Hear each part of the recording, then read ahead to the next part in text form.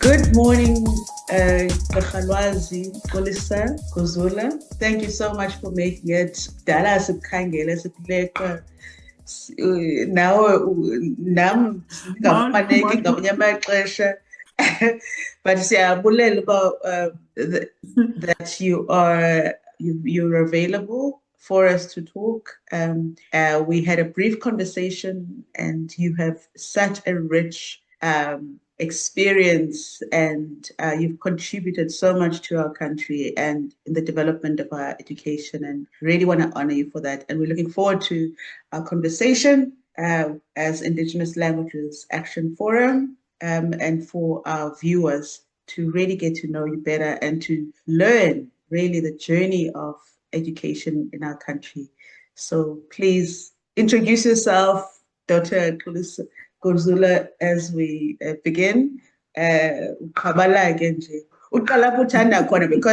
I feel like, as much as I wanted us to talk about the history of like the history book that's recent, but I'd really like us to talk about just your story, and the journey of this transition. Really, you've been such a huge part of the development of our education in our country, especially for those who've been previously marginalized and still marginalized education. So please. Molweni. Igama lam nguXolisa Kozula, ndixele ngaphaya e-UCT as a senior lecturer in applied language and literacy studies at the University of Cape Town. Ndisebenza on multilingual education, multilingual literacies, sometimes biliteracies, because sometimes you have instances where we have two languages that are being used, say in a Kailicha school. So biliteracy is a going thing there. But in some cases where you have learners that speak more than one language, then multilingual literacies is what we work with. So background, people say, yo, Claudia, you are passionate when about this multilingual work.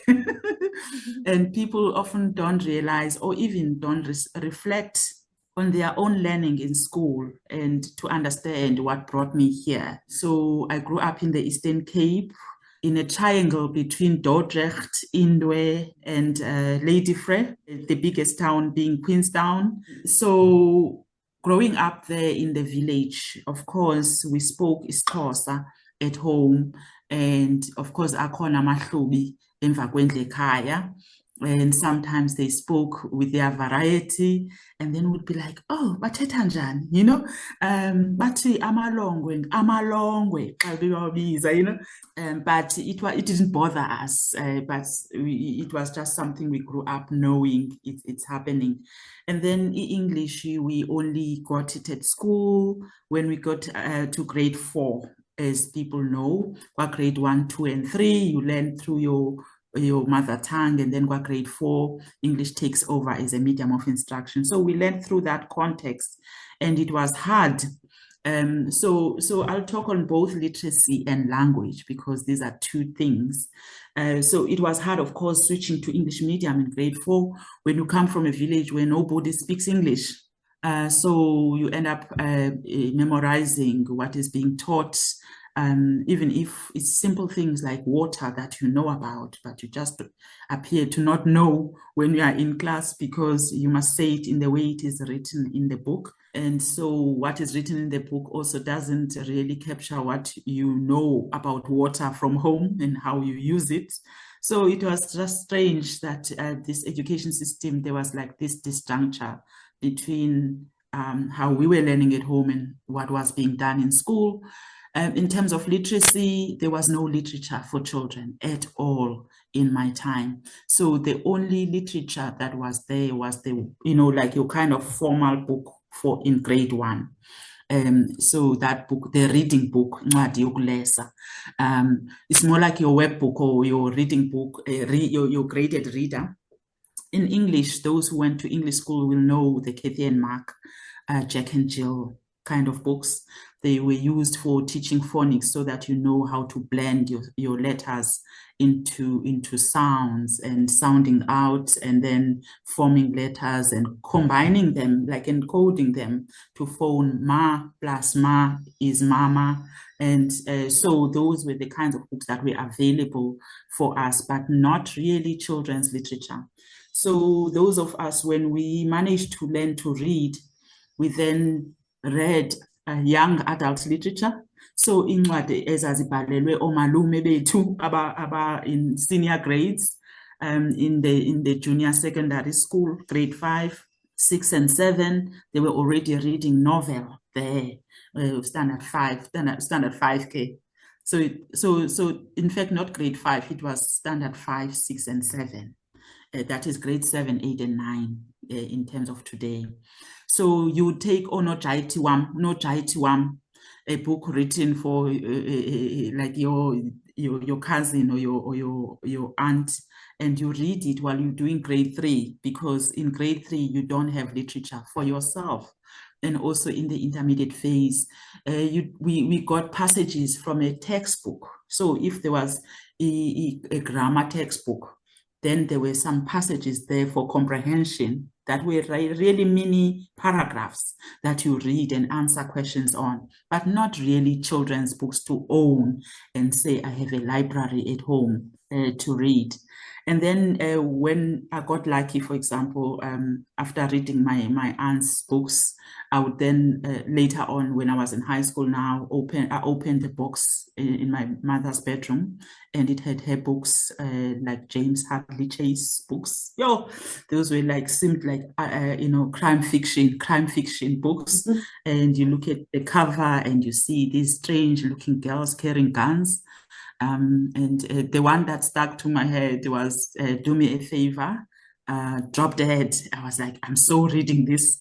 I'm so going to read this. But it was in English, of course. There were more English books than Xhosa books, because Xhosa books were more like prescribed books, but not in the library. So, but going back again, when I was doing grade, the beauty perhaps for children who grow up with parents who are uneducated is that people think that those parents don't know how to educate the children. But so I had my grandparents my grandmother had a grade 1 and my grandfather never made it to school. But he had dreams that one day he would work and go and work in the Transkei. That's what he would say, a Transkei, but we are in Transkei, but he meant Mthatha. He had dreams that we would go and work in Mthatha when we are educated.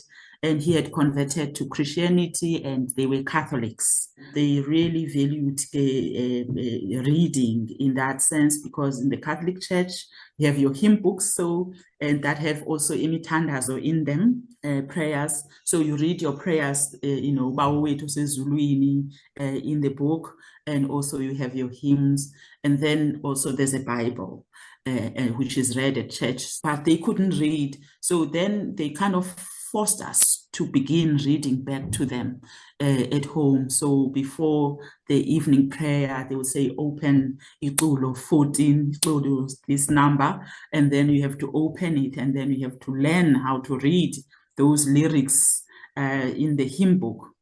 I know that we were laughed at as Catholics by the Zionists. So, sorry, not Zionists in terms of, the Zionist church.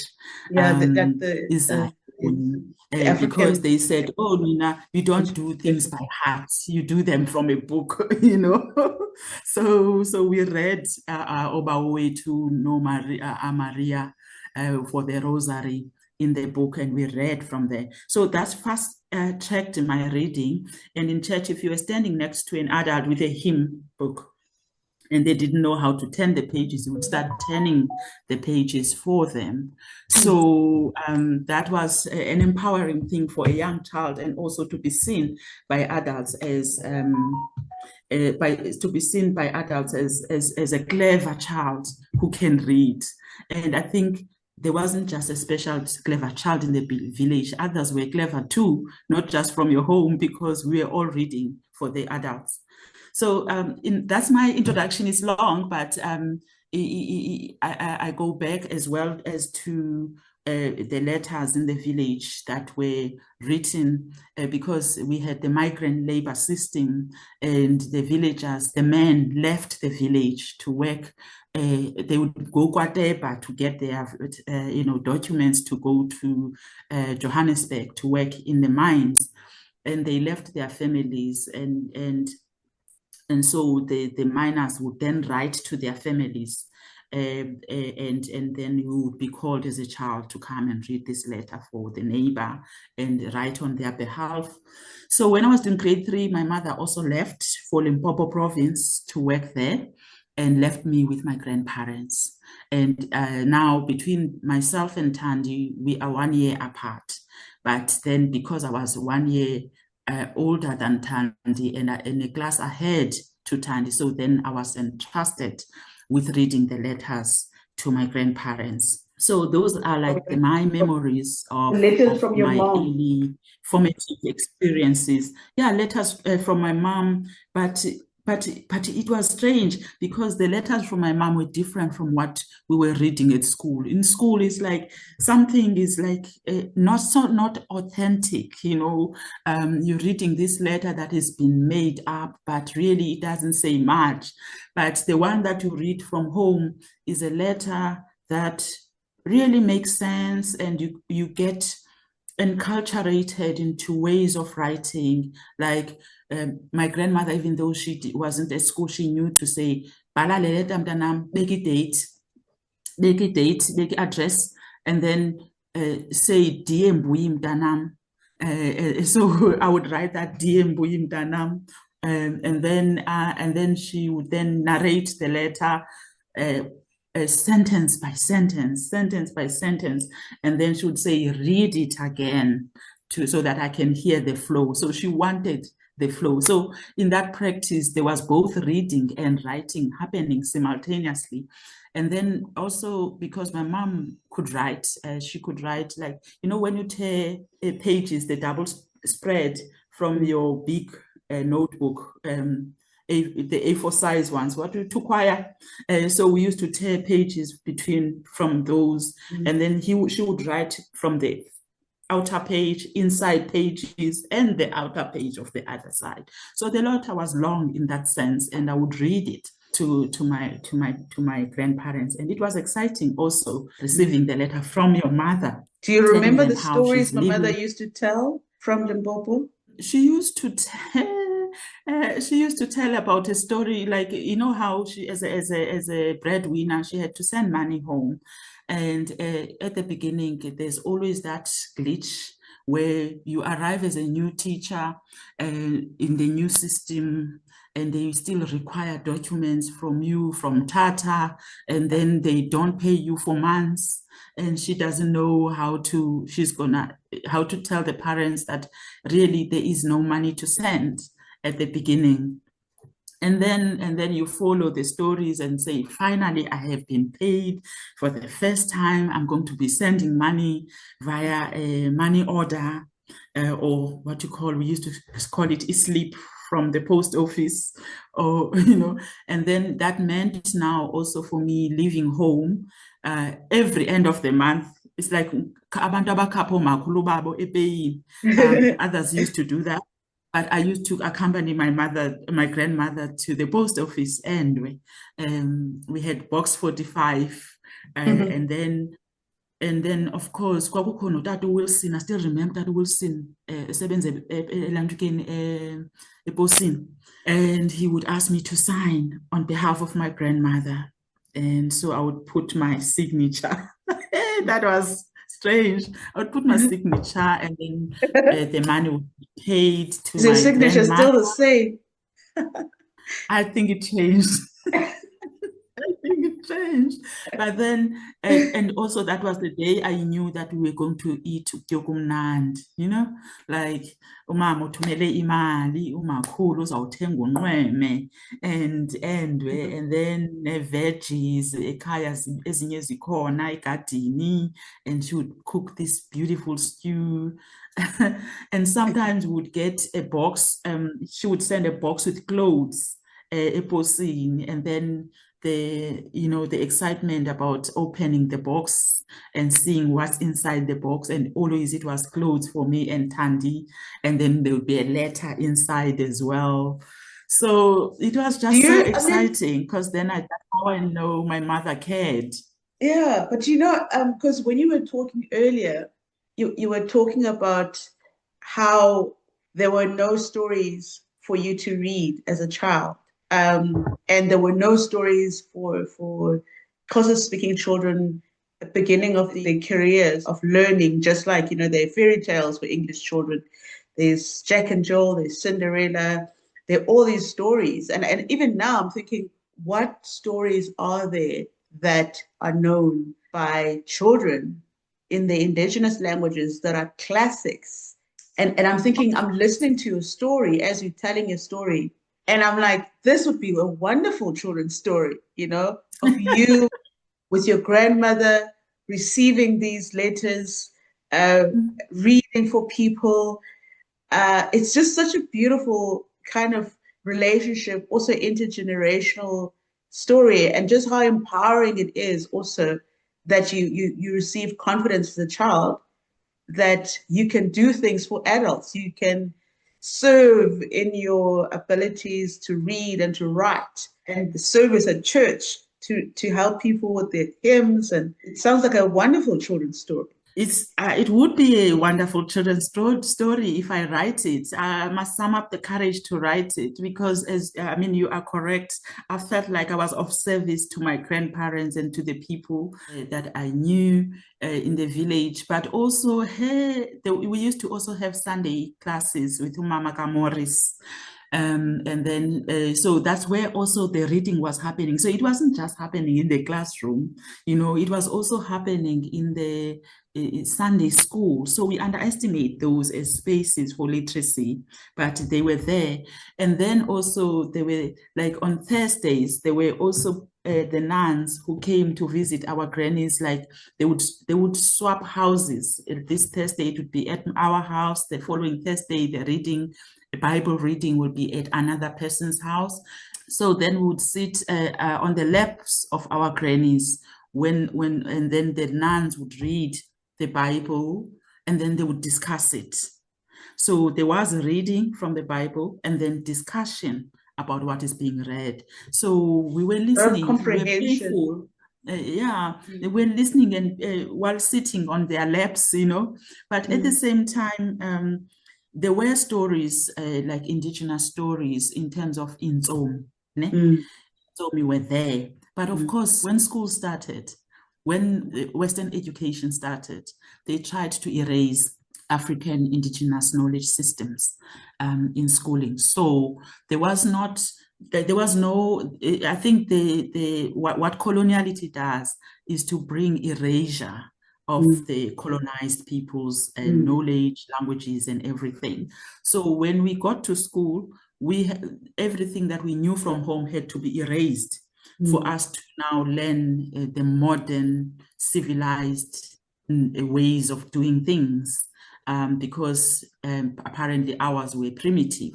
So you don't bring your primitive stories here, but there were stories. And though my grandmother and grandfather didn't tell the stories in Intsomi Ezi, Zaziwayo, but I had friends at schools whose grandmothers told them stories. Like I had a friend in class, Ufikisa. Fikisa used to tell us, she used to tell us stories. And so when a teacher is absent or has gone to work with other teachers in the staff room, or there was a staff meeting that got called, we would be sitting in groups and listening to the stories that other children were telling that they learned from their homes. So they were in Intsomi, Osinyolo konjani zisibhayilam kukude bhakuba mathunza ayandishiya, Sinyolo konjani zisibhayilam kukude bhakuba mathunza ayandishiya. So we knew those stories, but you know what teachers did when they came to class and found us in these groups, caucusing, almost like caucusing in groups? They would just break us away and say, Nyangola, you're doing this. but not appreciating the storytelling that is happening, that is initiated by children themselves, so that they build on these stories, or they even bring the stories from the children. Because now what I know as an educator is like you have to start teaching from what children know, and to engage them, allow them to bring their own knowledges into the classroom. That wasn't happening in my time. So we had to do the knowledge from the school, which was about the A, E, I, O, U, Ma, Me, Mi, Mo, Mo, Sa, Se, Si, So, So, Da, De, Di, Do, Do. And like, what does this mean? Like, it had no meaning. But of course, the purpose was to get us to read accurately and to read fluently.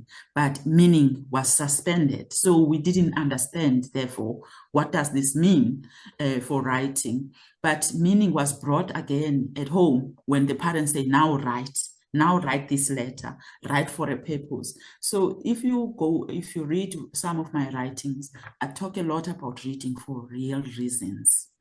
Reading for real reasons, reading and writing for a purpose. So that we make reading and writing part of our daily life, just like brushing your teeth. You make it part of your daily life. You don't forget it every day. You wake up, you brush your teeth. So I work on the understanding that to make a reading, to inspire readers, is to get them to read every day, to make reading and writing work for their daily purposes. So we do brushing of our teeth for our aesthetic reasons, for our health reasons. We want our teeth to look clean. So there must be some reasons as well for you to get to write. So even if it means telling your children you will come home late today, you leave a message on the fridge, that message, the purpose of passing the message is enacted there. And or writing a WhatsApp message nowadays, because we no longer write the messages for fridge. But before WhatsApps and stuff, we used to put messages on the fridges or somewhere where the children would see on the table, where you've left a message for them about what they need to do, or where you will be going after work, so that they know what to do. So what I'm trying to say is that my uneducated grandparents knew about the purposes of reading and writing, even if they didn't go to school. And they always got me to read and write for a real reason, for a real purpose. I remember when my uncles went to the mountain, we were the ones who wrote those messages, because now you have to write a message inviting relatives from different villages to come, because there will be a big ceremony in their homecoming. So you write this letter. Again, my grandmother was always the one narrator. She would say, "Magcina abekekileyo, solusile, sizabe sinomsebenzi ngomhla kabani December, unyana uyaphuma, sakuvuyiswa bubukho benu." They are engraved in my memory. Even the narration is there, sakuvuyiswa bubukho benu. And then Ozithobileyo, there was Ozithobileyo at the bottom, AbakwaGuzula. So I was like, but this grandmother is so clever. She is not in school, but she knows about message writing. And then you had to write this message and duplicate it. Because now there are different families, and then you cut with your scissors the page, and then you would be sent to the different villages to deliver the messages. That was for a real reason. The activity was the ceremony, but reading and writing was tied to that activity. And then you had all the guests coming from everywhere because of you. And you know that yes. you wrote the messages to them. I mean, as exactly. You're creating the story of like Inzomi, and just for me, it sounded like there's a lot of rhymes within Inzomi. Do you know if there's any records of Inzomi that can be accessed? Because Inzomi generally, they have a singing part. Are there any records? Because it needs to be audible in some ways. And I know that Ugcina Mhlophe used to have CDs of her Inzomi and songs. I used to also have CDs for children, for young children, with rhymes and songs when my children were young. But now I no longer have them because I gave them away. So you find them, but it's not always easy to find. So of course I would go to Musica and find these African rhymes when we still had Musica, by these African rhymes and songs. I would get them from there. And of course, storytelling is very multimodal in itself. It's not just the talking, it's the singing that makes the story interactive, that gets the children joining in when you are telling this story and clapping and doing all sorts of things. So, and then that's how you make these stories interesting and inspiring to young children. Hence, if you were learning something that wasn't making meaning at school, you got bored. And later on, when we had discovered the books, then you started reading the books and you're like, oh, rolling your eyes on the teacher, on what she's doing, because all you need to do is to be reading your book. That's what you wanted to do. So yes, there are books of Inzomi, but things are not always as easily accessible, especially for African languages, because every time you go to our urban bookshops, it's a mission to find anything written in isiXhosa, even though we have a lot now. We have a lot published in isiXhosa, but you still find very little being shown that is being sold in African languages in the bookshops. This is because it's that chicken and egg situation where people say, oh, publishers will not reprint books if they are not being sold. And so if we don't buy books, then we don't get them reprinted and we don't get them seen in the bookshops. And bookshops will not stock books if we don't buy them. And so because we are so Anglo-normative, that we've made English a normative language for education. So when we go to bookshops, we look only for English books. We ignore the isiXhosa books that are there. We are happy with our children learning Afrikaans at school and not learning their own languages. So this has been going on for years now. There was a time when we were training teachers at UWC in 2007, and we took them, Ntombi and I took them to Claremont Exclusive Books to go and look for the books that we know now have been published. And those books were not there at Exclusive Books. And we said, then how do we buy books in isiXhosa if they are not available at the bookshops? So you are forcing us to buy in English because what is available is English. And then they are also blaming the buyers, saying, well, sometimes we stock isiXhosa books, but you are not here to buy. So then we decide not to have them. And I remember also not so long ago, maybe 2016, I went to Exclusive Books looking for Esona Sona Sidlo, La Ncwadi kaSindiwe Magona for children. That book I always buy it. Going to talk about her because she that's one of the things that she's brought up, and she always says Afrikaans people buy their own books, and whenever in Afrikaans anything is made, whether it's a movie or they make a lot of money, you know. But the authors of indigenous languages hardly have anyone purchasing books. They hardly have anyone purchasing books, and that is so true. And it is because of our mindsets that if we speak isiXhosa or read in isiXhosa, we are still seen as backwards. And so the lando yenuqoli, when we talk about African languages, it's like lando yoqoli. It's never into yethu sonke as ama-Afrika ilwimi zethu, you know. And also people see you playing with children, doing all these rhymes and songs, and you know, these outside games where you form a ring with the children and you sing and play. They see you as something trivial. It's not an important thing, because important things have to do with carrying a briefcase, working in an office, wearing high heels, and dressed up. But we dress up like children, you know, wear our tights and techies, and we we go around playing with the children, and that is our work. But people don't see that that is the most valuable work. So anything that has to do with education is not seen as valuable, actually. And also, if education is valued, what gets valued is the English education and the English teachers and the white teachers who speak English.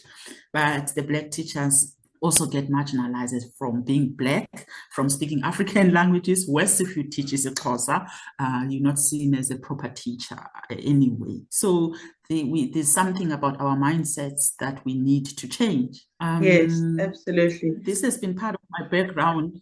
Thank you very much. Would now like to move to your work, as the work that you've written, some of that work, because you've written history books, and you have written some of them in isiXhosa. Could you please take us through that process? So you can also just touch on just some of the books you've written, your process of writing in isiXhosa, and also if you can also touch on just some of the work that you've done, like the school that you were involved in, Molo Mhlaba, etc. Like if you can take us through and even, yes. Moving to my work, of course, I didn't know when I studied at university, when I studied English and isiXhosa, that it was going to take me to bilingual and multilingual education.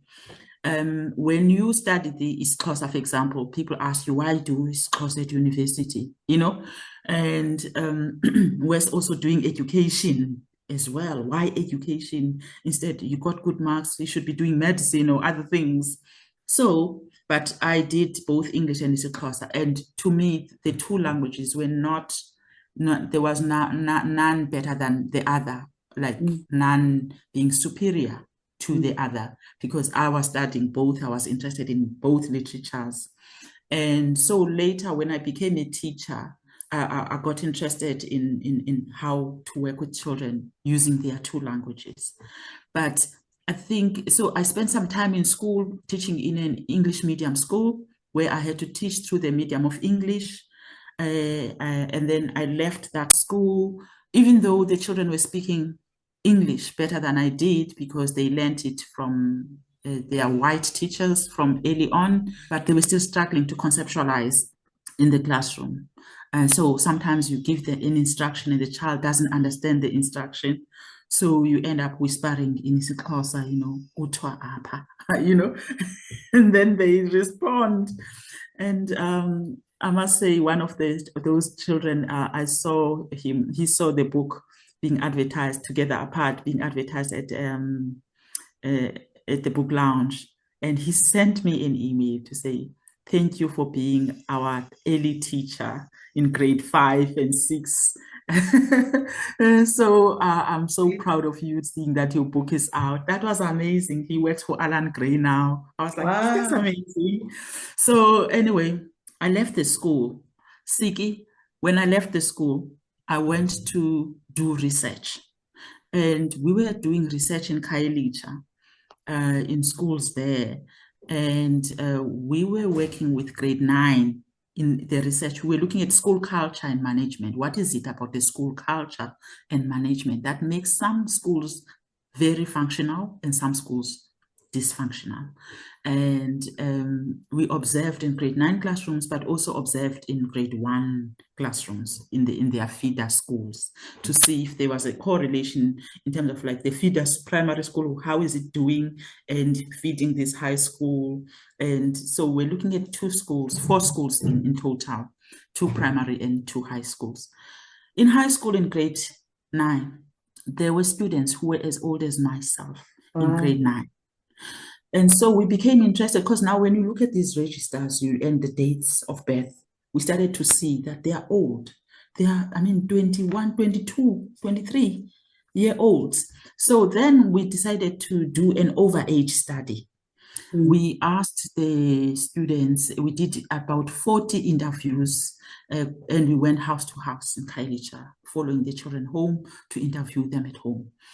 And one of the things that came up was, we are old because we had failed. and repeated and failed and repeated grades.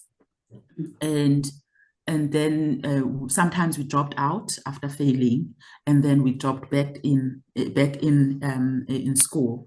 And so I was like, okay. And so when you dropped in at school, what happened? They said we had a low self-esteem. We were learning with younger kids in class. So then we wanted to understand the reason behind the failure. What caused this failure? And the learners said, we don't understand when teachers teach us in English. When we have to write an exam and we are reading a question paper, we don't understand the English language. And so we leave the question blank and not answer it. And sometimes when we understand it, we then don't know how to express ourselves on a page. So where you are meant to write 2 or 3 paragraphs, you write 2 sentences because we can't express ourselves in English. That, to me, was a turning point in my career. Remember, there was also this igugu lokufunda e-UCT, igugu lokuba ngutitshala oqeqeshwe e-UCT, igugu lokufundisa kwi-Model C school. You're teaching in this English school, you're teaching. But then I was like, no, this is injustice. This is a big injustice. You were taken back to your grandmother's time where you... I was taken back to my grandmother's time. I was like, no, we're failing a whole lot of kids. Then I was looking for jobs, and then I happened to get a job at PRISA with Neville Alexander and Carol Bloch. Carol was working on literacy, so she was the person I worked with the most, but Neville was our director. So then it is at PRISA where I began to learn that actually you can do things differently. You can challenge the status quo.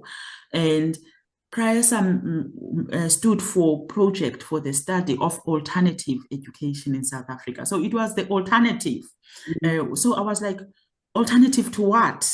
Of course, alternative to English only education. And so what is this alternative? And Neville was saying, bilingual education, multilingual education is the alternative, because the learners who speak African languages are the ones not catered for in the education system, because the ideal child in the education system speaks English. So all these learners who get to grade 4 are seen as English speakers in grade 4. But then because they fail, they are English speakers with a deficit because they don't know how to speak this English. And so then PRISA really did a great job in shaping my understandings about why children need to learn in their home languages, but also why English is necessary, because of course it comes from that whole idea that during Bantu education, African languages were used as mediums of instruction until grade 9. And then in 1976, the Afrikaner government said they must learn through English and Afrikaans from grade 10. Half the subjects in English, half the subjects in Afrikaans, and then religious education in their language. But because people were fighting the inferior apartheid education, which then got offered in African languages, people bundled the two, African languages and inferior Bantu education. So when they chucked out and fought against Bantu education, they also fought against their own languages. And so talking about throwing the baby out with the bathwater. And people still fight against their own languages. Yes. So then the parents started saying, let's have English reduced, let's have African languages not up to grade 9, let's have them until grade 5, and then later until grade 3. So in 1979 until grade 3, that's when from 1979 there was a switch to English medium in grade 4 instead of grade 10. And throughout that time, results have been showing that these children are failing and failing and failing. And we keep trying to improve their English, improve English teaching from the teachers, improve delivery of English books, but nothing has worked. Nothing has worked. So the alternative that Pricer was bringing about was do something that will get children to learn and inspired to learn, bring their languages so that they can make meaning. When they cannot make meaning, then they get demotivated and they drop out of school, they fail. So therefore, also try and work out. I know there are people who fight for mother tongue education only, and Tina, we fight for multilingual education. So we seem to be fighting against each other because it's not like we are fighting against each other. Actually, multilingual education includes mother tongue, but it's mother tongue and more. So because people, Neville says in the Sinkoswim video, desire English. There's so much desire for English. So you cannot deny people what they desire. Then if you do that, you force them to fight against their home languages.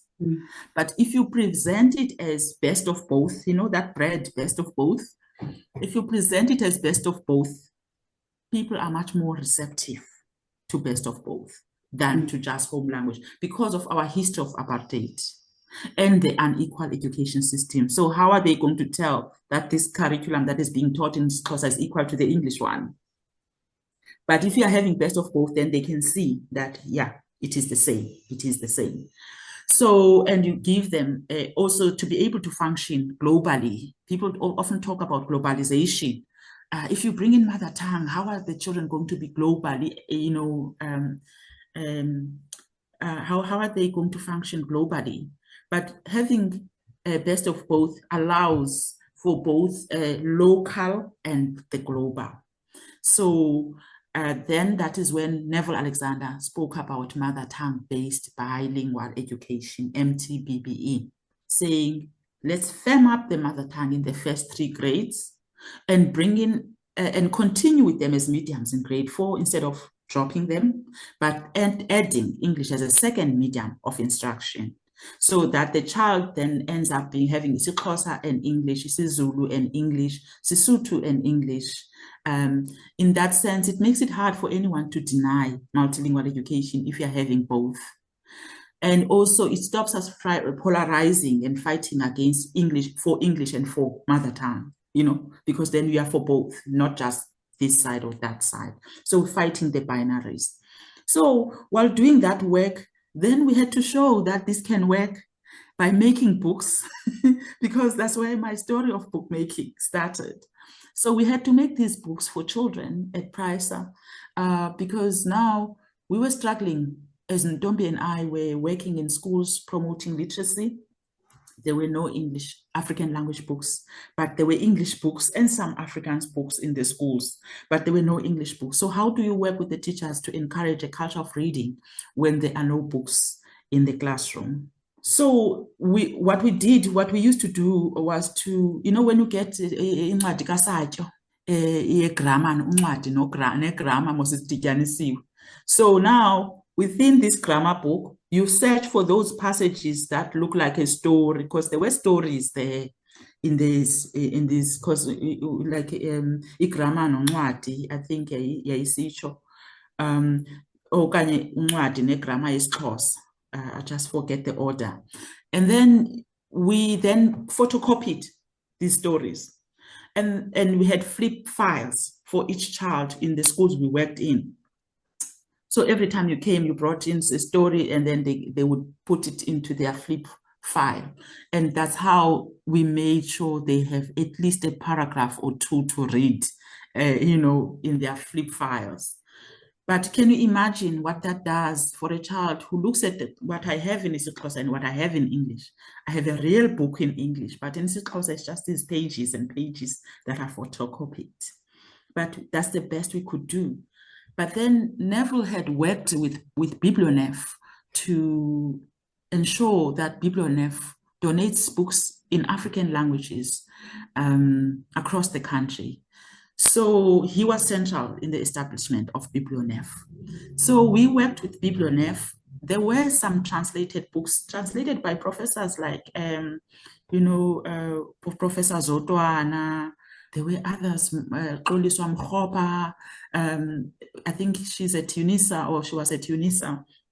So I used to see these names of African language speakers who translated the books for children. And I was like, this is amazing. So we saw incwadi zikaSele, uSele ungusele, uSele uyabhaba, uSele ufuna ukubhaka. They are really exciting books by Max Veldhuis, who's a Dutch author who authored these books for children, and they were exciting. I still have some of them here at home. They're lovely books. But sometimes you found in the translations there were errors, like maybe the book was translated, yes, but it needed to go through the editing processes and the proofreading processes, but the publishers cut corners. And so how they believe Siki is a good translator, and they don't see the mistakes that you may have made in the manuscript. So often we blame the translator, but we don't blame the publisher for not going through the writing process, because you submit your first draft, even as a writer, but it goes through processes of revision, editing, proofreading. These translations, some of them were not proofread, some of them were great. So when we saw the mistakes in the books, people were never allowed us to type that paragraph in the book and then print it, cut it, paste it over. So we've been through all pasting over the correct versions, correct grammar, so that we make children and parents excited about reading isiXhosa without worrying about the errors in the books. Over the years, there's been really improvements in the writing of and translation of Xhosa books, because there are less errors compared to before, compared to early 2000s. So at PRISA, there were projects. One project that I was involved in was the Culture of Reading project. It was, first of all, it was free reading in schools project, because in schools, when we observed, there was no free voluntary reading, like where you read for leisure, for enjoyment, for fun. It was always the direct instruction by the teacher standing in front, asking you to read this and that, sometimes forcing you to read when you can't read, and children feeling humiliated that they can't read, and then refusing to read. So we wanted to inspire children to be readers. And this is where we brought in storytelling into the classroom, even if we got some of the Inzomi from the grammar books and retold them. I remember attending Gcina Mhlophe's Zanendaba storytelling training in early 2000s to be trained as a storyteller.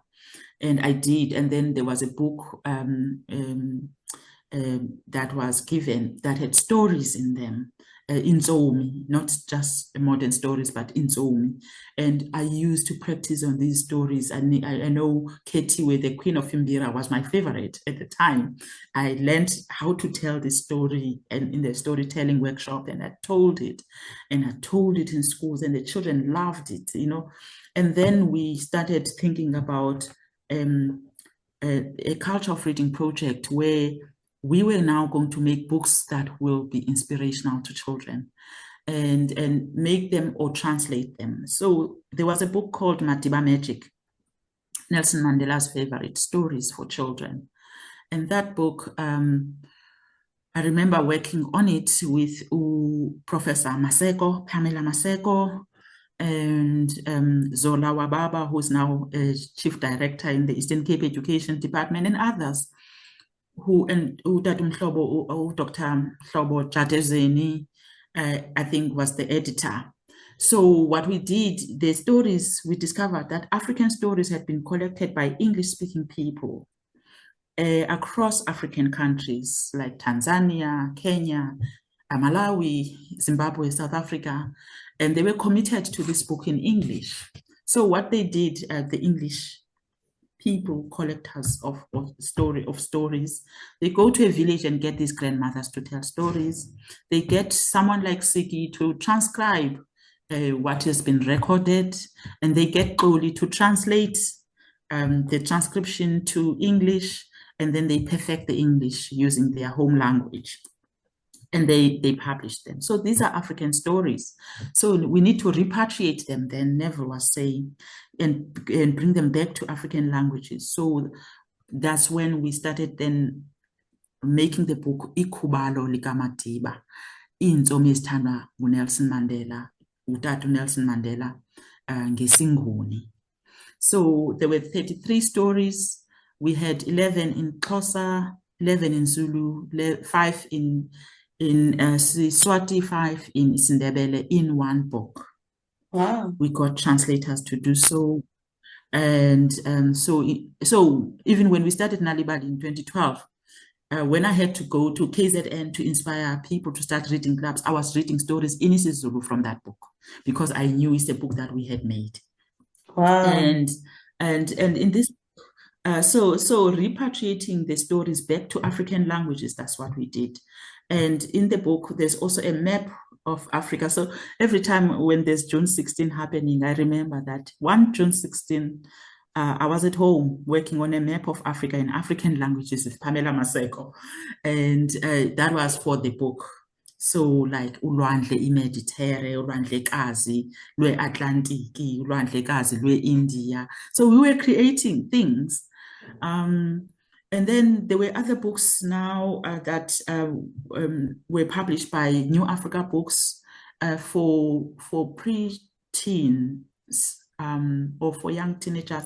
These books were written for English second language speakers.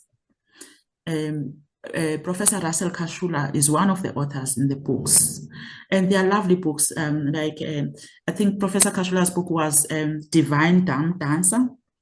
It's a story of these young dancers, ballroom dancers, who go to Claremont on Stadium on Main. There's a mall called Stadium on Main in Claremont, and they dance there.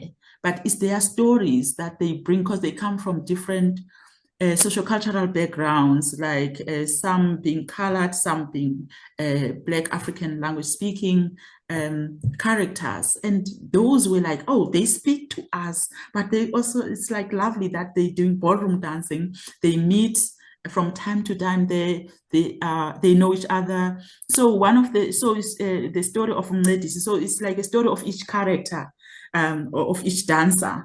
In the books. And it's a series of 22 books or so.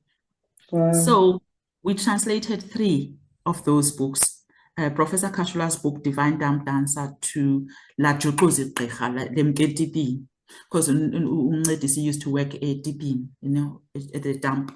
And but then he was also a dancer, but also he had a calling. So there was like a lot going on with him.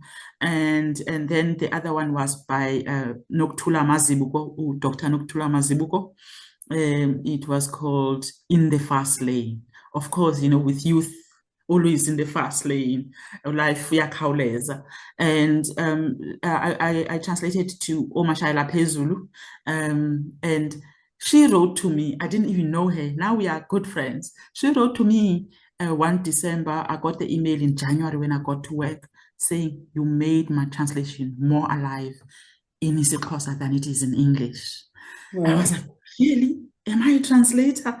Honestly, the author loves this. So I was like so happy. And so the author speak Xhosa? Nokuthula uthetha isiZulu mos. So they wrote in English. So it was easy for her to read it. Yeah, because remember they were writing these books for English second language readers. So our children were doing grade 7, 8, and 9, like young preteens. Well, they are young teens because 13 is standard 5, standard 7, grade 7. It's preteens. And so, and then they are moving to teenagehood, right? 13, 14, 15. And so they are learning about dating and love and dancing and all that. It was beautiful. And then the third book was called Mom's Taxi. We translated it as Kwela Kwela Imoto Kamama. And of course, there's always those friends of yours who get dropped by their parents at the dance studio. So you get a lift from your friend, so it's always Mom's Taxi then, because if your mom always picking up children and dropping them. And it was also beautiful translation that we did. And over time, the New Africa Books asked me to translate more of books in that series. So Ukubamcha, Being Young, taxis, guns, and It would be great toilets. if you could write a list of, if there could be like a list of, I will share on a with you. website of all the books you've translated, and just for people to like look for them as well and to I do purchase have the them. list. You do? I do have the list. I also have a mini catalog of those ones that I've done from 2022 up to now. How many books in total have you done? Do you know? When I graduated in 2021 with my PhD, I had counted 80 books. Wow. But after graduation, I counted 44 books. I was like, my gosh, I've been like, wow, making these books. It's like Wow. working like crazy. 120 books. You don't sleep. I don't know. How can you sleep when children in the country don't have books? So I think it became my obsession to work on these books. So I did more translation, but also at PRISA, in the Culture of Reading project, we believed in two things, because again, not believing in binaries. We believe that translation brought about civilization. So translation of the Bible, translation of other things, it happened. So it must happen for African languages to grow.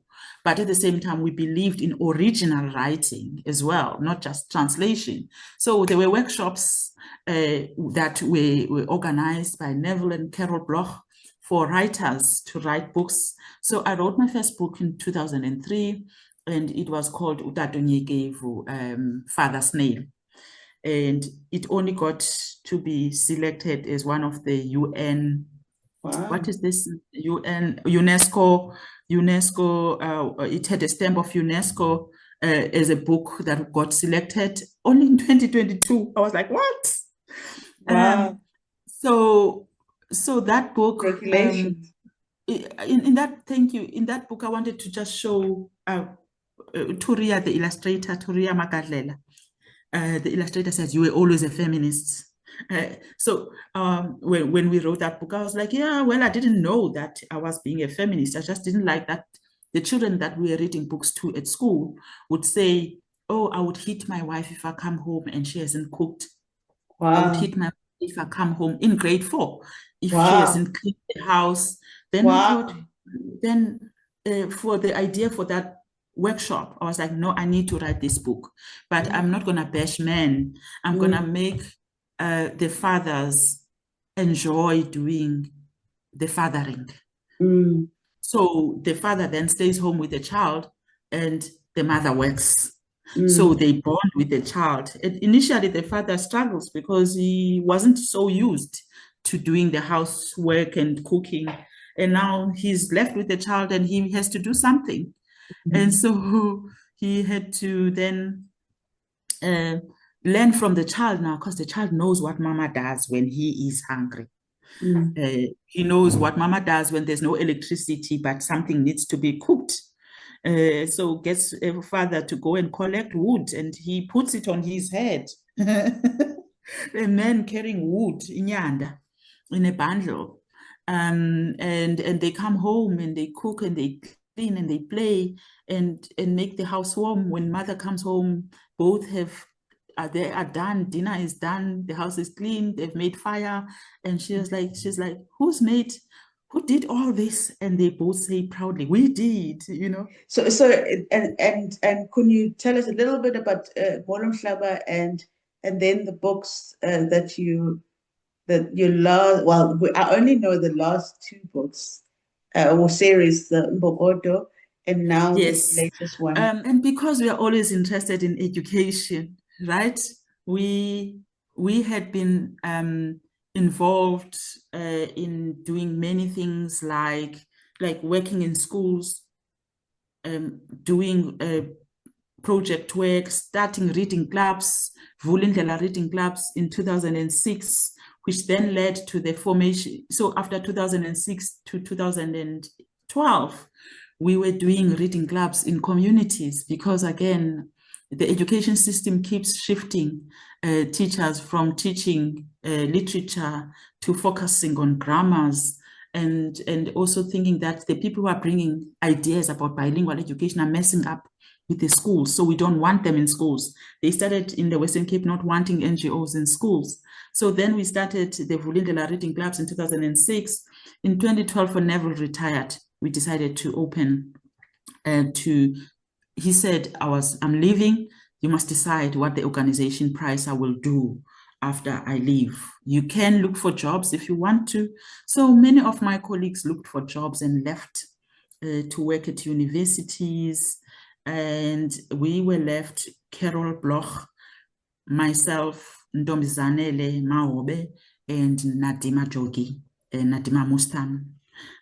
She's Jogi and Mustan. The four of us were left behind. And so we decided to write a proposal to DG Maree Trust to do a community, because now people were liking what we were doing in the reading clubs, and they were wanting us to scale the work. And sometimes they came from different provinces to see the work that we were doing. And then they decided, could you come to Northern Cape? Could you come to Joburg? What you're doing here is important. And so when we started Nalibali, we applied for funding, but the proposal was rejected.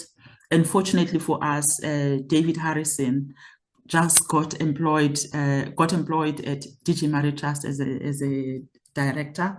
And then he looked at the proposals and saw that our proposal had a potential. So he came back to us and said, can we improve it here and there? Perhaps we could get funded from doing that. And so we did the improvements. And then we got the funding in end of 2011 for us to start Nalibali in 2012. And of course, now also the DG Maree Trust brought in new people who were used to working on campaigns to scale up the work. We were not used to working on campaigns. We refused also to call Nalibali a Nalibali campaign because we thought it's an initiative. We always like qualitative work because that work takes a while to grow and shape into something beautiful before scaling and then having problems with the scaling. And so, but we scaled to 4 provinces, from 1 province to 4 provinces, from 1 province, 3 townships to 4 provinces. So we worked in Joburg, Cape Town, KZN, and Eastern Cape initially in 2012. And we trained people to start up reading clubs, community reading clubs, to support children in their literacy development. And we saw the role of families as important in sharing stories with children. So you can share a story orally, or you can share a story in written form. And then we use that idea of the people in the early 1900s who wrote in the newspapers, like Onontsezi Mkweto, who wrote in newspapers for the community, writing literature. We then came up with the idea of using the Sunday Times. Of course, there was partnership with Sunday Times, and I think Patty McDonald was there working with us to make sure that we had this supplement that comes with the newspaper in 2012. And so getting children's stories into newspapers, showing parents how to cut the stories and make them and turn them into books, and to also give some information about why is it important to read to children or to tell stories to children, what books you should be reading to 0 to 6-year-olds, 6 to 9-year-olds, 9 to 12-year-olds, what books we recommend. We were on television talking about Nalibali. So that was the work that followed, because there was always that thing about literature, but also in what languages. So it had to come in the different languages. So translation has always been part. If you are going to do things multilingually, translation is part and parcel of that multilingual work. And then I left, of course, and I went to Eastern Cape, to Nelson Mandela Institute. We're working with rural kids, getting them to write. We did writing camps. They produced journals of stories, poetry, autobiographies. I came back to study PhD in 2015, but then also met up with women who were doing work in their own corners, like I was doing in my own corner, who were doing work. I met Ritabile Mashale, and she was working on Tope Foundation, Girl Foundation in Khayelitsha, as an after-school program. And she was doing fantastic work in getting the girls in the after-school program to be involved, like to learn better, to tutor them, to do much more than tutoring in content subjects that they were learning, but also, you know, self-development, leadership, and I was invited to come as a board member at Tope Foundation, and other board members included Atambile Masola and Sibongile Kumalo, who used to be at the Learning Trust, and Misha and others, and Fiona of Mother to Mother projects. And so we were the board, and of course, in all our corners, we've been working to improve education. We've even considered at Price establishing demonstration schools to demonstrate to the country how this thing can work, because we need our own school. It's hard to work in other people's schools, but we hadn't gotten that off the ground. And so people, they were dreaming about starting schools. Ritabile had thought about starting a school. She already had, when I joined, she already had plans for the building of the school, which is an African school, which was inspiring. And then, of course, we were disillusioned by the education system and what is happening in township schools and rural schools. So we had a dream, each one of us, but we didn't know how to do it alone, right? So we met like-minded people at the Tope Foundation, and then we decided we're going to do this. We're going to show the work of Tope as actually the foundation for starting Molo Mhlaba, because Tope was doing important work there. And so in 2018, we started Molo Mhlaba School for Girls in Khayelitsha. And it was the first school for girls in Khayelitsha. It was to be an independent school.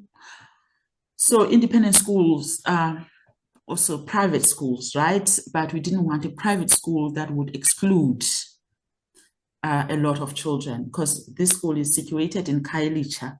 It has to take girls from Khayelitsha. So we had to even dream of ways of how to fund these girls to attend the school, so that they are not paying huge sums of money, because remember, the schools are no-fee paying schools. But we also wanted, there were parents who were able in Khayelitsha to take their children to schools that are fee-paying, right? Where the schools like in Quintile 3, if you go to Salt River, if you go to Athlone, they charge fees.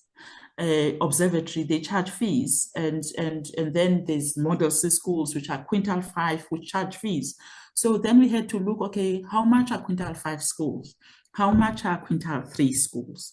Could we pitch the fees at Quintile 3? Because then instead of these parents sending their children to Athlone and sending them to Observatory or Salt River or in Cape Town, they can remain local and still pay, but they will save on transport fees, because there's a lot of money that parents pay for transporting the kids.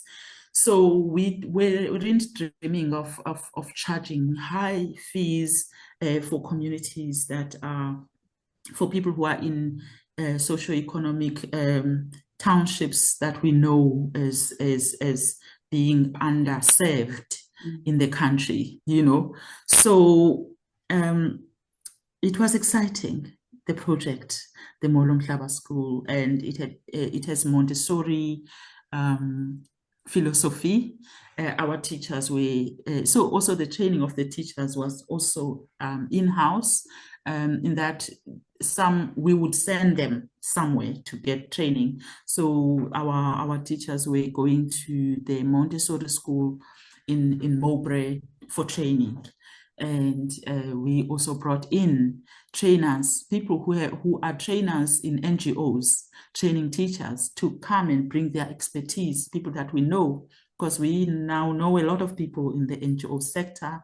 We know who does great work, and people really gave in their time free to come and train the teachers and to also coach them in the classrooms and as they grow. And so the idea was to grow the school incrementally from preschool to matric. It got registered until matric in 2018, the school. Wow.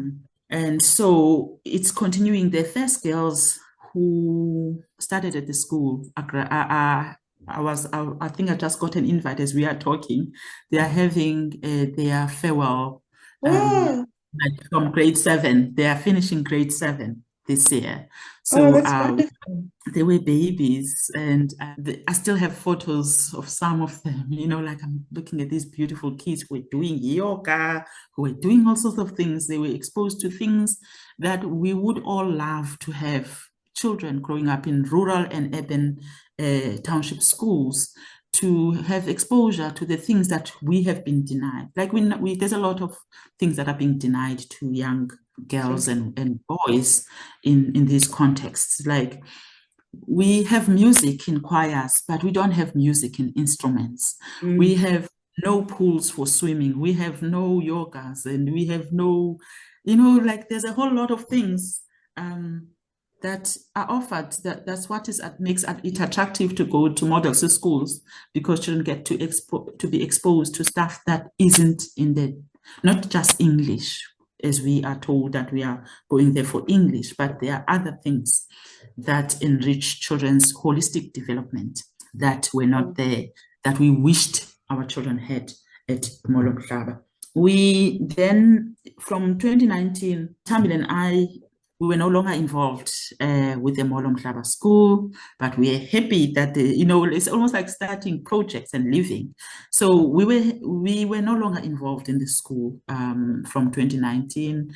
I focused on finishing my PhD, and then later on we discussed with Thambile as to how else can we help with the school now that we are no longer involved with the running of the school. How many years were you involved in the running of the school? I remember, like, how many board members? There were board members, and then there was the director. Ritabile was the director. I was the chairperson of the board. Then there was Atambile. So it's Ritabile, myself, Atambile, Misha, Tabisile, Sibongile Kumalo. There was Fiona as well. So there were like about 7 or 8 of us that were involved in starting the school. But then there were other people that we didn't feel like the school is only started by the board. There were also the teachers themselves who were buying into the idea of the school. So they were like the first teachers of the school. So we were doing it as we go along in the school.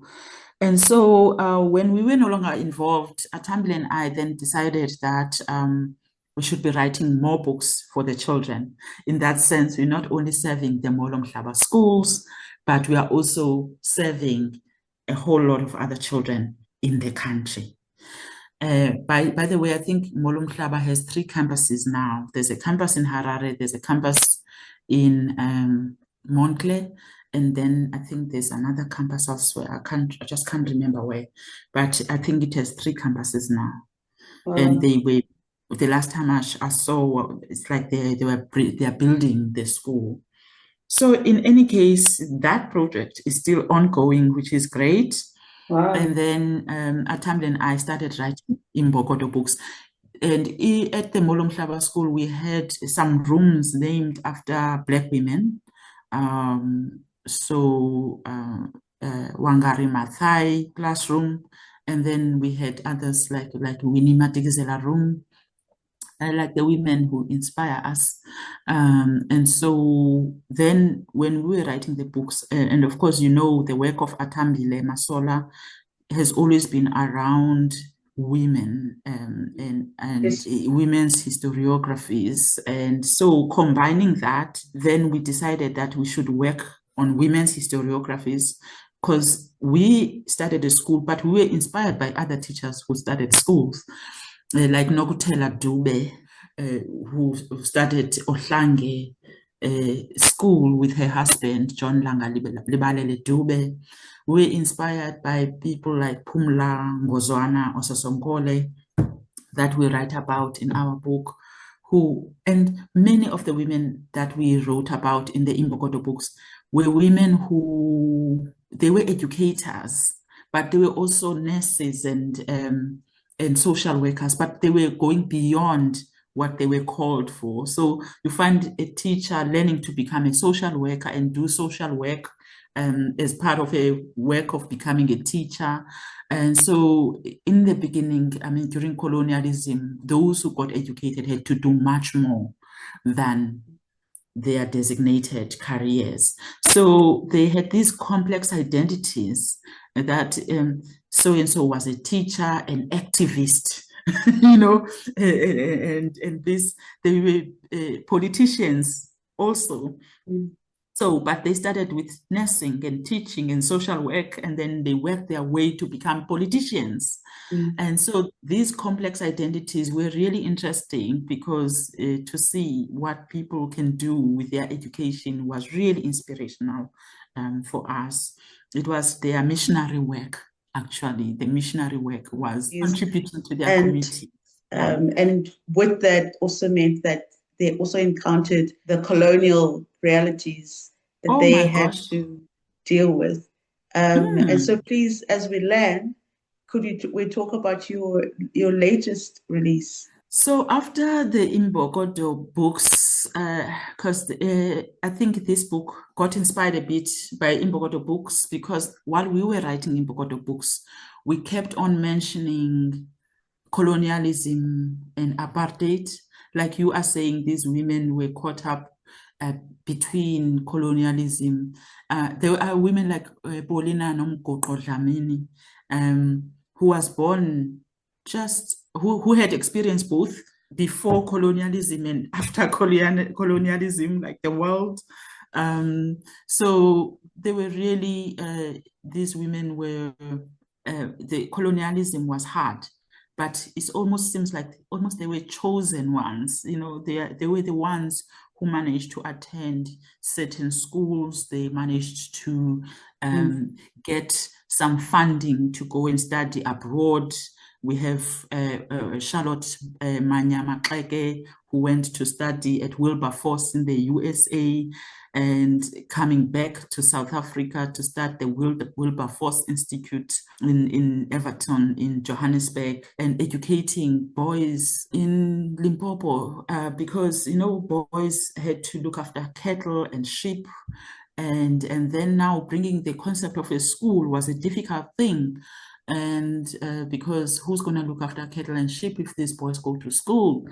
And she had to negotiate with chiefs and to work to find a way of, okay, they can look after sheep and goats and cows in the day and attend a night school to learn. Wow. So there were compromises. So we learn from all this.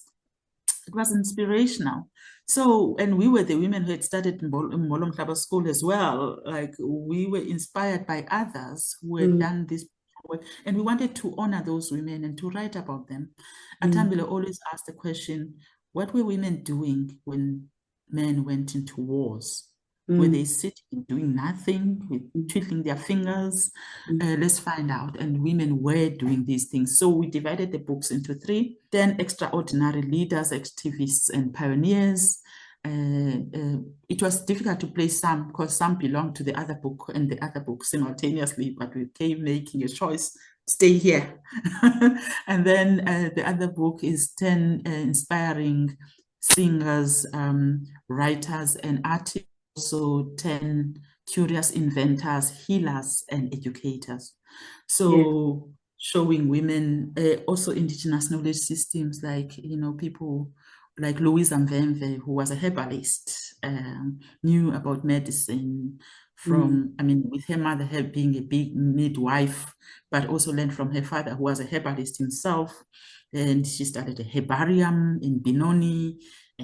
But then with the movements being moved from one place to another, she had no big education. She had scribes like my grandmother writing for her and fighting the system. You see the power of women.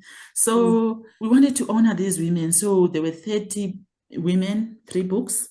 So because we kept on mentioning colonialism and apartheid in the books, and we didn't have enough space to explain deeply what colonialism was and what apartheid was, we felt that those deserved another book. And so we decided, in fact, the publisher came to us and said, can you write a book on colonialism and apartheid? And then they said, actually on apartheid, and we felt, no, we can't write about apartheid without writing about colonialism. So we needed to go back, and we wrote, even before colonialism, we wrote the story of the people of Africa.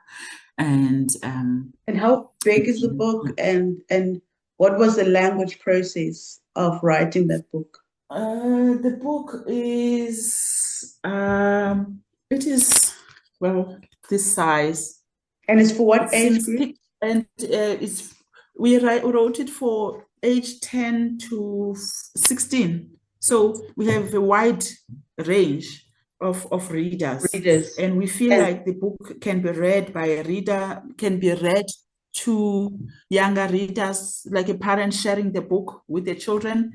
And then when they grow, some of them start reading by themselves when they become more confident in reading. But we hope that the grade 6s, 7 and 9s will just take it and read it by themselves. And did you write it in Xhosa? Because I know that there were some books that you wrote in Xhosa, like with the Molom, I mean the Imbokodo books. Were the actual stories or did you just translate to Xhosa? With Imbokodo books, we wrote in Xhosa and English simultaneously, which was a big process. Now we had 6 books because there were 3 English and 3 Xhosa books, and then they had to be translated to Sepedi, isiSotho, isiZulu, Afrikaans. So we publish in 5 languages: English, Xhosa, Afrikaans, Sesotho, and isiZulu, and Afrikaans. And then with this one, we decided, we're not going through that process again. It was a tough one because we felt like we were writing 6 books. So therefore, we decided to originate this one in English. And then we got Dr. Sibulelo Mukabela at UCC to translate the books to us in isiXhosa. So in English, it's called Together Apart, The Story of Living in Apartheid. And in isiXhosa is Uqhekezo Lobunye. So this book explains quite a lot, but we also center children in this book. We have comics in it because we always believe that children are curious. They come and ask umakhulu stories, like ask questions. So they ask umakhulu questions about the land. Who were the first people here? Could I please ask you to just read a snippet in Xhosa and a snippet in English, whether it's the comic section and then... Okay, so I'll read the comic section in isiXhosa. I'll read it in English as well. I'll read the first comic. Umakhulu says, "Molweni bantwana," and then Shilu responds, "Makhulu, namhlanje esikolweni besimamele ingoma kaThandiswa Mazwai ethi makube njalo ekwicwecwe lakhe elithi Belede." And then Aiden says, "Kule ngoma umama uMiriam Makeba usichazela ngendlela amakoloniyali awaxoka ngayo ngembali yawo, ethethelela indlela awawuthatha ngayo umhlaba wethu." Athi uPriya, "Unyanisile Aiden, amakoloniyali athi ukufika kwawo eAfrika awufumana lo mhlaba ungenakwanto tu." Umakhulu aphendule athi, "Kodwa ngoku bantwana bam siyazi ukuba yonke loo nto ngamampunge. Yintoni enye ayithethileyo?" And then Priya says, Uthe imbali yabantu abantsundu ayisoloko ibhalwe phantsi ephepheni, igqithiselwa kwisizukulwana esilandelayo ngokubaliswa ngabantu abadala ngoncwadi lomlomo. Athi umakhulu, Shiluba, into yokuba imbali yethu ibe ayizange ibhalwe phantsi, oko akuthethi ukuba sasingekho kweli lizwe. Athi uJessica, iyadika kodwa imbali ngamanye amaxesha. Mhlawumbi amabali akho angayenza inike umdla imbali. Umakhulu aphendule, uliqhula ke khona Jessica, ungathanda ukuba ndiqale ngantoni? Aphendule uShilo, sicela usibalisele ukuba ngobani abantu bokuqala ukuba ngabemi baseMzantsi Afrika. And so then umakhulu goes on to talk about the San, the Khoi, and the Black people, giving them a history about those people. If you would like me to read the other one in English, maybe, or the same, would you like me to read the same? Just maybe just the 2 lines, and because we need to land afterwards. But Okay. Really enjoyed that one. Yes, Xhosa. Hello, children. Makhulu, at school today, we listened to Thandiswa Mazwai's song, Makube Njalo, in Hebelete album. In the songs, Miriam Makeba tells us how the colonizers lied about their history to justify taking over the land. That's right, Aiden. Colonizers said they discovered empty land when they arrived in Africa. Now, children, we know that is not true. What else did she say? She said that Black people's history is not always written down on paper. It's passed down to us by our elders. Just because our history was not recorded does not mean that we were not here prior. But sometimes history is boring. Maybe your stories make it exciting. What a big job, Jessica. Where would you like me to begin? Please tell us about who the first people who lived in South Africa were. So it starts with the children being curious, asking about questions of land. And so Makhulu then tells the stories about the Khoi, the San, the Bantu people, gives a whole history about them, and then talks about the arrival of the colonizers afterwards and how they took the land. And so it's interesting in that sense. And, does the book go as far as the new South Africa, or doesn't it? As far as? Does it go as far as the release of Nelson Mandela, or it's just the colonial? It ends. It actually ends with the Olympics. So we have some of the Obayanda Walaza who won the Olympics in the book. So that's wonderful. The book, chapter 1 is on the early ancestors of Africa. Chapter 2 is on colonial wars and loss of land. Chapter 3 is on racism and resistance. Chapter 4 is on divided communities. Chapter 5, let people live, love and relationships. Talks about how apartheid laws were denying people who they could love or fall in love with. Chapter 6, the doors of learning shall be opened, which is now on education. Chapter 7, working the land. Chapter 8, segregating sports. So we talk about how sport was segregated. Chapter 9, we talk about arts activism. And then chapter 10 is apartheid really over? That's the question we are asking on chapter 10. And so, yeah, we do, we wrote it in themes to be able to make the children see how apartheid affected education, sports, arts, every part of our lives, our love and relationships, our communities, and how they got divided. So basically, history, we're trying to show that history is everywhere. And that questions that children have today are actually taking us back to explaining history to children. Like, why are people living in shacks? Is it because they are lazy that they are living in shacks? There's, well, a historical story about that. Why are some people, why are schools different? I can imagine. That has a historical story. Yes, because a lot of things would seem very strange to children because they don't come from the context of even Nelson. They won't even know Nelson Mandela, because they wouldn't have lived within the same timeline. So I just want to say thank you so much, Kgalwazi Xolisa Kuzula. Thank you, Dr. Kuzula, so much. It's been quite incredible to be able to hear your story and your journey, really, that is quite connected to even the stories that inspired you to go into Nalibali, putting it in newspapers, putting it in Access. I mean, I heard it in Mhlobo Wenene, which is still, you can still hear it on radios in every language.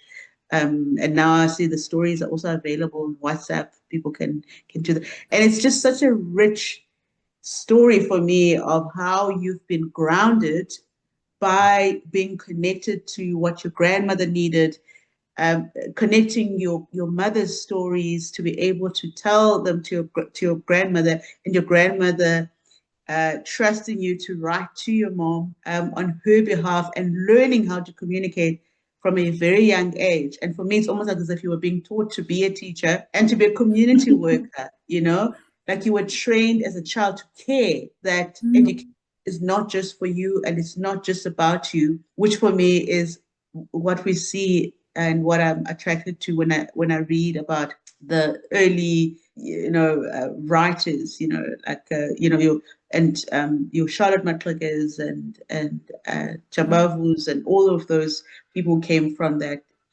era, that they understood that their education is not just for them, that it's a service to their communities, to better their community, and they take up multiple personalities, as you said, that they become politicians, they become all of these things, and they become what their community needed. And that's literally what you've done. You didn't leave what your grandmother gave you, and at church, showing your community, how to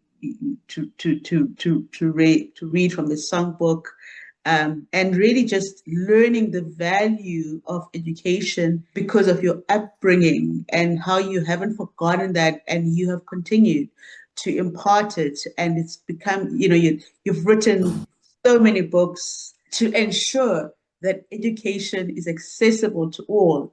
That is not just something on the Constitution, on the line of the Constitution, and the values of the Constitution, which is, even language rights, and imparting that, and the multilingualism, because you also don't want to isolate. So you've done so much work, started schools, like you are honestly a national treasure. And I feel so honored to have heard this story. And I hope more people will be talking to you once they listen to this, and you really start learning, because there's so many treasures that you've given us, and so much to research, so much to unearth. And we really need to make all of these books available. And I'm looking forward to having your list of books, because I'd love to put it on our website at Indigenous Languages. So thank you so much, Dr. Kuzula. So if you'd like, if any last words to our audience as we part, please. Well, thank you very much, Siki. I really appreciate you honoring me in this way. That's why it took long, because we knew that it's going to take some time to sit and tell this story. And as you were just talking now, some things were popping up, but I'm not going to say them because it's going to drag on and on and on. But I would like to say to people, draw on yourself. There's something in there in yourself and in the way that you have been brought up. And that's where we draw inspiration. It's not out there. It is something within you, within your upbringing. Look into yourself and value the things that you have. For example, isiXhosa, although I didn't study isiXhosa up to third year, but I've been able to use it because I have love for the language and I want to see it used in education. So I use that as a resource that I have. I speak isiXhosa, I can read and write it. I can do something about it. So the inspiration is within you, not something out there. So look into yourself, look into your communities, look into your families and what they've grounded you in, and you'll find that inspiration. Thank you. Well, thank you very much. So you've also left us hanging and thinking, oh, what else did she want to say? So now is an opportunity for us to find out, there will be other opportunities, I'm sure. I hope TV, radio, other historians, because you certainly have really helped write. You definitely belong in the history books yourself. of this generation. So thank you so much. You are an incredible inspiration, and we're so grateful for that. I got to hear these stories, and I can't wait for what it's going to inspire as people listen, and also because you've also made us realize what other resources are available that we're not aware of. And you've done such amazing work. So thank you. Siyabulela. Thank you. And we even thank your grandmother and your mom. Thank you. Thank you.